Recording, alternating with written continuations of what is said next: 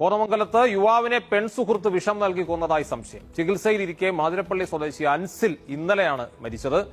പെൺസുഹൃത്ത് ഇപ്പോൾ പോലീസ് കസ്റ്റഡിയിലാണ്. നടുക്കുന്ന വാർത്ത കോതമംഗലത്ത് നിന്നാണ്. കോതമംഗലം മാതിരപ്പള്ളി സ്വദേശിയായ അൻസിൽ ഇന്നലെ വൈകിട്ടാണ് രാജഗിരി ആശുപത്രിയിൽ ചികിത്സയിലിരിക്കെ മരിച്ചത്. അൻസിലിന്റെ പെൺസുഹൃത്ത് കോതമംഗലം ചേലാട് സ്വദേശിനി ഇപ്പോൾ പോലീസ് കസ്റ്റഡിയിലാണ്.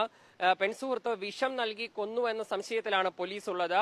കഴിഞ്ഞ 30-ാം തീയതിയാണ് പുലർച്ചെ 4 മണിക്ക് അൻസിലിനെ കോതമംഗലത്തെ വീട്ടിൽ നിന്ന് ബന്ധുക്കൾ ആശുപത്രിയിലേക്ക് കൊണ്ടുപോകുന്നത്. പുലർച്ചെ 4 മണിക്ക് ആശുപത്രിയിലേക്ക് കൊണ്ടുപോകവേ ആംബുലൻസിൽ വെച്ച് ബന്ധുവിനോട് അൻസിൽ പറഞ്ഞിരുന്നു തന്റെ പെൺസുഹൃത്ത് തനിക്ക് എന്തോ ഇതിൽ കലക്കി തന്നു, വിഷം കലക്കി തന്നു എന്ന കാര്യം.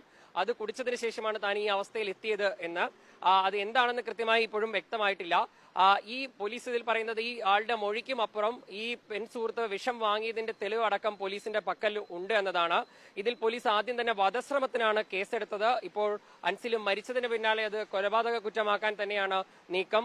ഈ യുവതി പോലീസിന്റെ കസ്റ്റഡിയിലുണ്ട്. അൻസിലിന്റെ മൃതദേഹം ഇന്ന് 10 മണിയോടുകൂടി കളമശ്ശേരിയിൽ എത്തിച്ച് പോസ്റ്റ്മോർട്ടം നടത്തും, മരണകാരണം വ്യക്തമാകാൻ.